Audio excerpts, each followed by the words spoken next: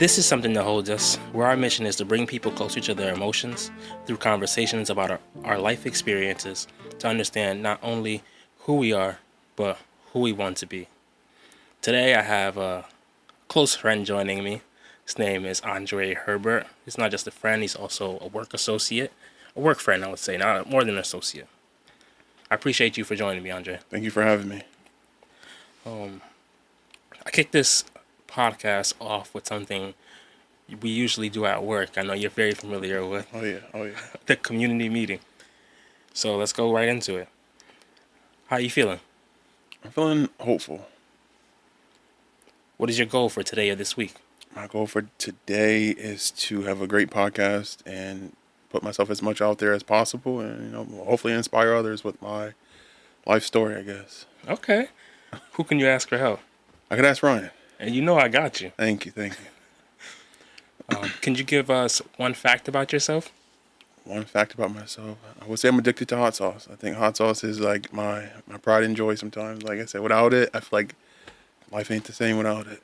I think that's bad funny because the first time, not the first time, but one of the first times we were just hanging out after work and talking, and you popped your trunk and you had like 6 bottles of hot sauce in there. I'm like, what the fuck is this guy doing? But It was a buy one get one sell at Costco, so I had to rack up on them. well, I respect that. I like a person that can enjoy spicy food. So many people complain about it, but Without the spice, the food is just bland at that point. talk about it. Let's go right into this. What does community mean to you? Community. I would say togetherness, like a sense of together, like being in a group, having like support like around you, no matter if it's from your next door neighbor, a close friend, but just having that support when you need it most. Do you have an established community that you can identify a group of people? I guess I have a good few. I think like I would say my mom and my fiance Alicia are like my big community right now, where I can go to them for like open and honest opinions, no matter if it's good or bad. I know I'm gonna get the support I need. And I have Ryan too. Like I said, if I need anything, I can go to Ryan for advice or just someone to just hear me out or like just give me what I need. Whether it be words of wisdom or just like hard facts. I think it's always good to have a strong set of people there to help me. I think it's awesome that you're able to pinpoint those people, and I appreciate for you including me in your community because you're definitely somebody that I would consider in my community. Thank you. I was going to touch on this later on, but you just threw it out there. Okay. You have a fiance. You're recently engaged. Congratulations. Thank you. I wanted to ask, being newly engaged, has life changed for you in any way? It has like a lot of things that I'm used to just doing, like thinking for myself. I also have to include someone else's point of view or their opinions on my decisions, and I think it also made me a better person. I think sometimes I was just like really just wild and out there, and I really didn't have any. I won't say self-control, but I really didn't think twice about my decision. I would just like go for it. But now I have someone else I have to consider, so I think that makes me more receptive to hearing other people's points of view or opinions. So I think that has really changed for me. But I'm happy. That's great to hear. Thank you. It's real growth right there, talking about putting somebody else first and really considering them. Because I know you're a very independent person. Yes, for sure. Like I hate relying on other people to do things for me. I rather just do it on my own, so there's no problems in between. So, What's the most recent challenge you overcame? most recent challenge I overcame. Wow, that's a good one. I think learning to just accept my worth for what it is and not having to do too much. Like I have to just know like I'm comfortable with who I am and what I've done, and I think just having that foundation really has helped me overcome a lot of challenges because I overthink a lot of things. So sometimes I think just being secure in who I am has helped me just live more of a peaceful life now. So Are there any tips that you could give somebody that is facing that same challenge of learning to accept and value themselves? I think just knowing like you're enough, like when you feel like you've done enough for yourself, I think that's the point you have to really say like I'm happy where I am, like no matter if someone's going to judge me or not, because people are going to judge you regardless if you're doing good, bad, and different. People are always going to have something to say. So I think just having that voice in your head, like I'm good enough, is good. It's powerful. I'm definitely working on being consistently proud of who I am and accepting that what I have done is enough. It's like I make a lot of goals for myself, Mm. and I wouldn't say there are ways that I value myself. I say I would value myself when I do. I think I value myself when I set the goals, but I don't put so much pressure on Mm. not devaluing myself when I don't reach those goals. So I know when you put it into words, it's like understand that you are enough. Is there anything that you do to show yourself that you value yourself? I think I just like I sometimes have to give myself positive like affirmations, like you're great, like you're amazing. You know, sometimes just pat myself on the back. Sometimes I might not get it from the people I feel like I need it from, but sometimes just giving it to myself just reassures me that I'm doing everything I need to do to become the best version of myself. So I think sometimes just doing it for yourself. You know, sometimes you gotta you gotta cheer for yourself before other people can cheer for you. I like that. Thank you, Especially, thank you. I mean, you must be doing a pretty good job if you're talking to the kids we work with like that. I'm trying, like I told him, like I just try to be the voice of reason. Sometimes I know sometimes it might not come across as me doing the right thing, but I just feel like by me giving them real life advice can help them. It might not happen today, but it can happen tomorrow or a few days from now. But I think just having them come back and tell me like what you said made a difference in my life just reassures me that I'm here for a good reason. You're definitely here for a reason. Thank you, thank you. I try my best. This is what I'm here for. Um, could you share with me a pivotal life experience? It could be something from you being very young or in the past year. I know we just talked about on a recent challenge, so let's mix it up. You know, it could be something that made you really happy, really sad, or change your perception. I think graduating college like really like was like my pivotal moment for me because like I said like I've been through so much in life where I feel like I struggled because like in the school like high school like I wasn't the most academically smart person. Yeah, I probably had like C's and D's here, but I never really pushed myself to say like I can do better, or I can go further for myself. And I think when I got to college and I feel like my back was against the wall, like I'm only getting older, and I'm like I need to make moves for myself. So I feel like really putting all my all into college, working, and then really seeing like all my hard work be a degree at the end really just changed my whole life from there. So I'm thankful, and I feel like being in college really made me motivated to say like I can do more for the world, and I can inspire the world by saying like, look at me, I went to college, I was able to do it. So I think that was my biggest pivotal moment for me. It was graduating college. That's great. It's definitely hard work. I know you tell me often about your experience of graduating college and you not being good at math, but still Oh yeah, being able to overcome that. oh yeah. I think that's huge. And shout out to you for getting that degree.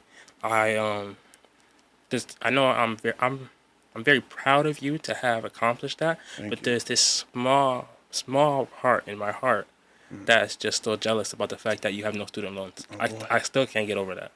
Yeah, if you ever want a free college degree, apply for Starbucks. You know they'll get you a free degree at the end of the day. So that's why I told more people. I was like, college, it shouldn't have to be a debt bucket for some people. I wish more people knew about it. When I did, I didn't really know about the experience until I saw it happen on an email. And I was like, maybe this email is a scam. But I was like, you know what? I'm going to go to NCC for 2 years. And I really grind myself through NCC. And I applied to Arizona State, and it was life changing ever since. So I'm thankful for Starbucks and the community around me to help me push me to get through. So I'm thankful.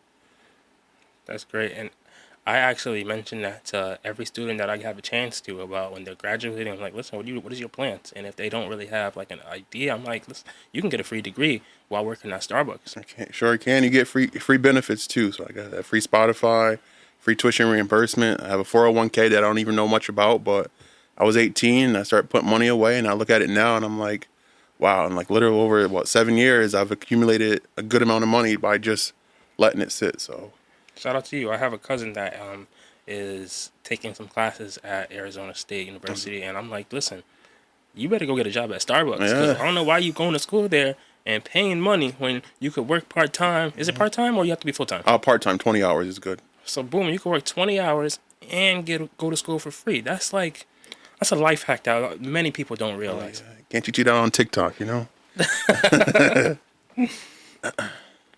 It's I wanted to ask. I didn't want to skip over this part, but you talking about reflecting and wondering, realizing you're only getting older. Mm. brings me to The Book of Human Emotions by Tiffany Watt Smith. Do you know what, I'm gonna botch this word, Torsch Schlusspanik is? I've never heard that word, but I'm quite intrigued to hear what the meaning is. It's an agitated, fretful feeling we get when we notice time is running out. It's a German translation would be something like gate closing panic.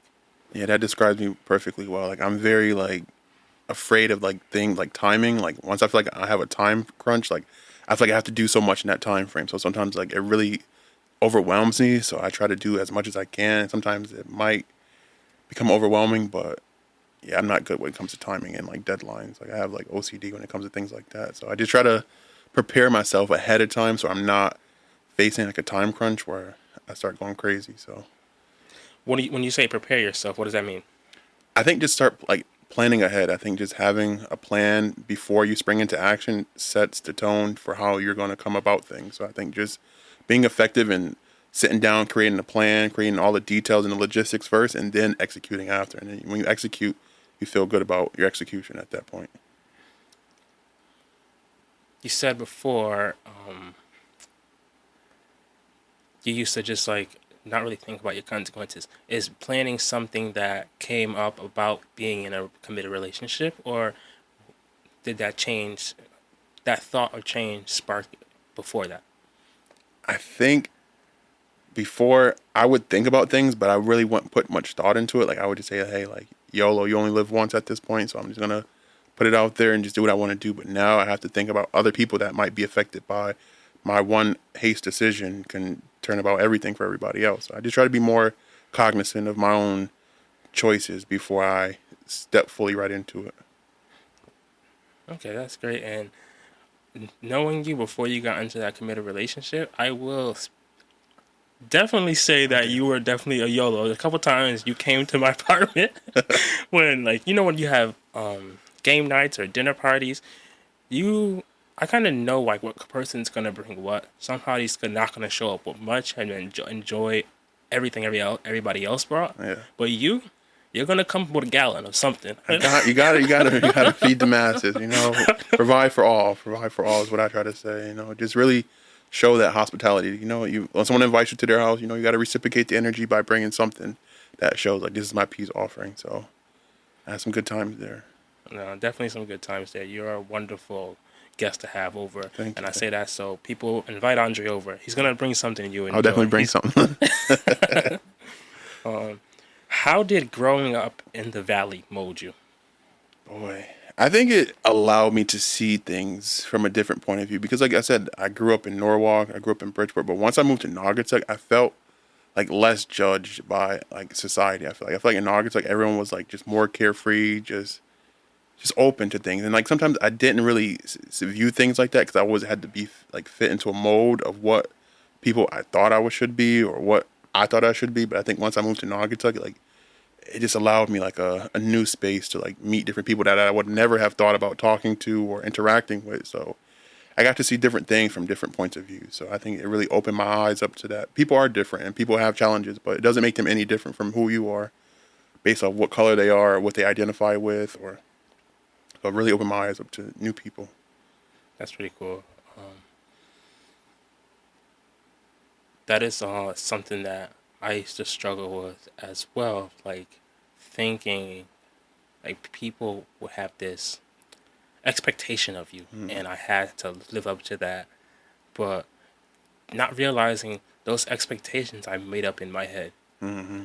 So when you talk about fitting into molds that people expected of you, what did that look like, if you don't mind me asking? I should have been the next LeBron James with my height. So I'm 6'4", so everyone assumed that I was going to be the next like LeBron James of the league, and I didn't know shit about basketball. So I didn't fit the height mode for that. So I was a swimmer though. I swim, so I think that kind of took some heat off of me being 6'4". So yeah, I'm not good at basketball whatsoever. So That's bad. yeah.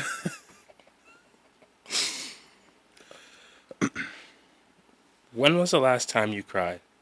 Damn. The last time I cried, when I had a part-time job, like just recently I had to apply for a job to just get some extra money in my bank account, living in Fairfield County isn't the cheapest place to live. So I got a part-time job, and I remember getting off the shift and I'm like, damn, like, what am I doing here? Like, I have a whole college degree and I'm only making like $15 an hour.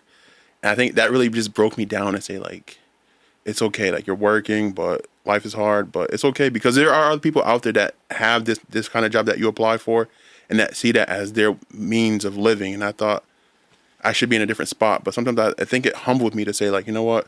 Take this opportunity, learn from it, grow from it, and also taught me to save money. So now I'm trying to live comfortably with the money I make because part-time job was too much, too many hours working. So I think that was the last time I cried, being overwhelmed with working another part-time job. That's deep. So you're trying to live more so within your means?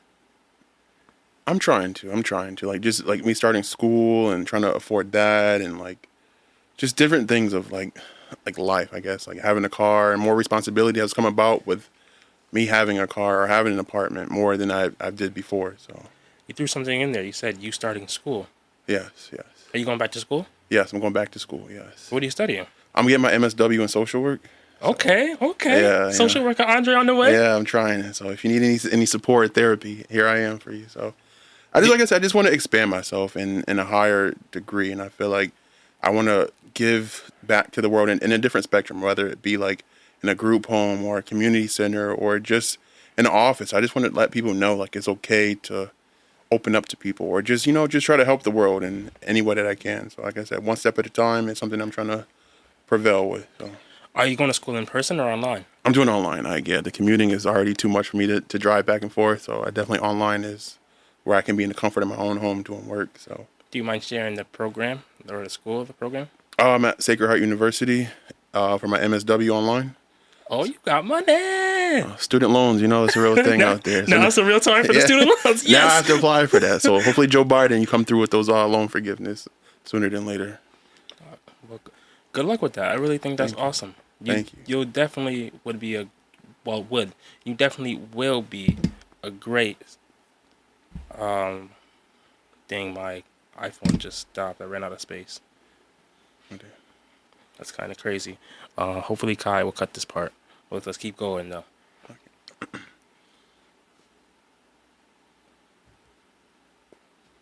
Who or what in your life makes you smile? Who or what in my life? I think it's starting with myself first. Like I have to like just wake up and be happy in the skin that I'm in before I feel like I can make other people happy. So I think just being comfortable and happy with me first allows me to be happy. And then I think, like I said, like my fiance, my mom, my grandma, like I said, just like my immediate family and like my friends around me that can uplift me when I feel like things are going hard for me. So, Damn, that's cold-blooded. Don't you have a dog? oh, I do too. Yes, my dog. He makes me happy sometimes. He barks like crazy, but he makes me happy. What's your dog's name? My dog's name is Jax. What kind of dog is he? Oh, he's a puggle, a pug and a beagle mix. How old is he? He's one right now. Is he still going to that very expensive doggy daycare that you're going to Oh before? no, I can't afford that $700 monthly payment anymore. So he just stays home and relaxes there. So He said, "Enjoy yourself, Jax. yeah, I'll be back." I'll be back for you. $700 a month is a lot. Like That is a lot of money. it is, but it was worth it though. Like I said, to have that balance of dropping my dog off, almost felt like I was a real dad at that point. But yeah, I remember. Let's keep on. I'm sorry. financially, yeah, that was eating my bank account up. So I had to put a pause to that. So And I remember you specifically saying, "Oh, nah, I'm gonna get all $700 worth of that." oh yeah, first one in, last one to leave at that point. So got to get the money's worth from that. That's definitely like these daycare parents, and I tell you about that from people that own daycares. I should have gotten into business like that because that's where the money is. But it's hard work. It's hard work for sure. What does self-care mean to you? Self-care to me means just stepping out of my day-to-day and just allowing myself to breathe in within my own skin, whether that be just turning my phone off, taking a walk, or listening to music. But I think just really finding my inner peace within myself first is what I feel like is self-care. Or I like to travel too. Traveling is one of my self-care rituals to do. So I try to travel at least 3 times a year.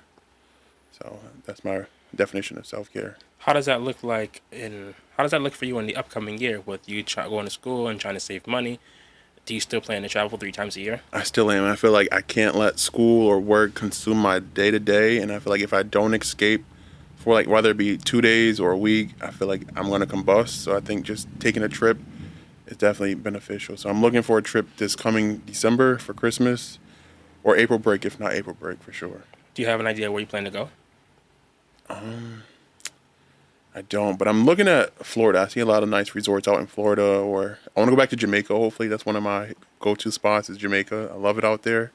So I like to say I'm a fake Jamaican at sometimes, but I love Jamaica though. Whether the food, the culture, the beaches, I love everything about it. So hopefully I can go back for that. Definitely, I'm gonna have to come with you on one of these trips. Yes, please. Don't tell Alicia about it though. We got to sneak off. Oh no, for sure, for sure. But what is your life goal? My life goal, honestly, is just to be happy though. Like, I feel like as long as I'm happy, no matter what I'm doing, if I'm happy first, then nothing else really matters at that point. So I think just finding a sense of happiness within myself is the first start. And I think just traveling too. I think I want to explore the country and just see light in a different perspective, normally than outside of my comfort zone. So I think just being happy with myself first and then traveling is what I see for happiness for myself. I like that. Thank you. Thank you. Being happy with yourself is definitely very important. Let's go into the next section. Okay. It's called Feel This Way. I will say a word, phrase, or statement, and I want you to tell me what emotions, thoughts, or memories it sparks. You ready? I'm ready. Alone time. Satisfaction.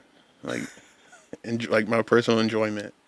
You don't play around about that alone time. No, I feel like that's important because, like I said, I can't really help others if I'm not taking care of myself mentally, emotionally, and physically. I can't really give back to those if I'm not in a good space. So I think that is really important for me.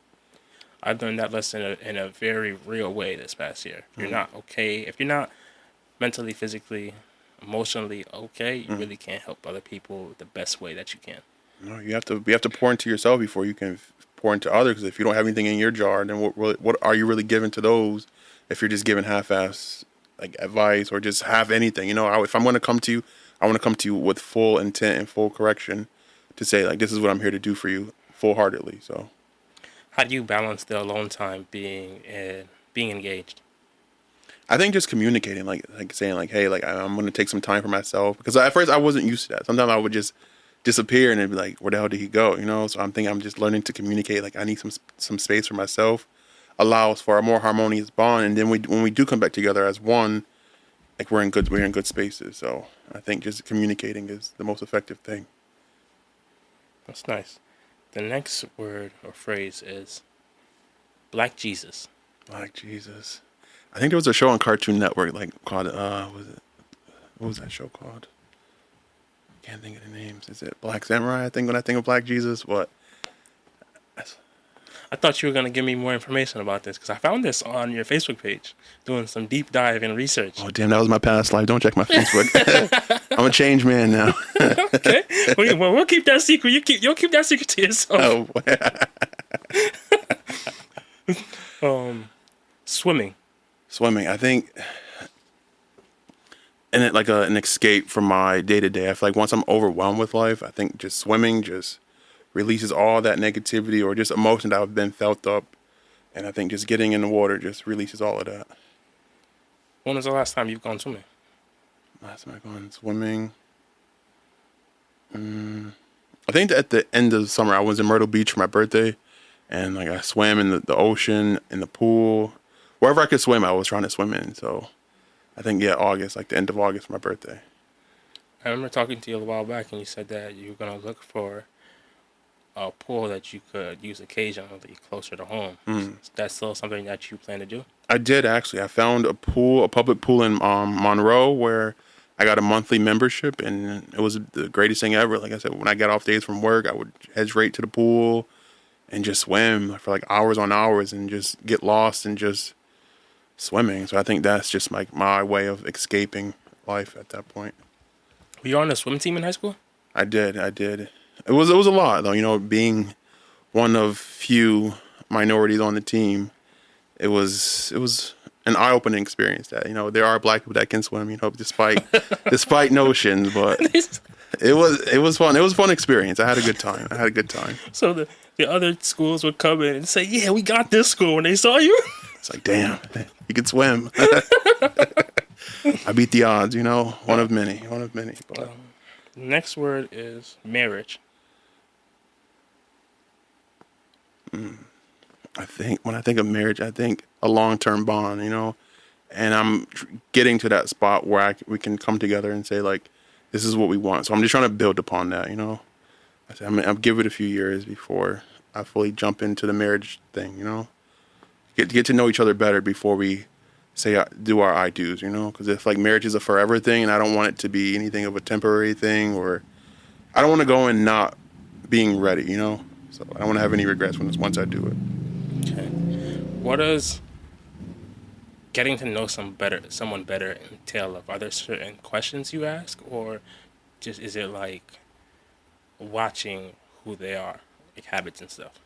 I think it's a little bit of both. Like you want to just see your partner for who they are first and foremost, but also ask the questions of like, what is compatible for them that is compatible for you, or what makes them, or what are some things that they might do that might annoy you or get you to a point where it becomes frustration. So I think just really taking the time out to find out who that person is, like what their likes are, what their dislikes are, is the most important thing before I feel like to get to know someone. Like what makes that person them, like flaws and all. You have to accept people for who they are, but I feel like with marriage, really should know that person fully before you commit yourself.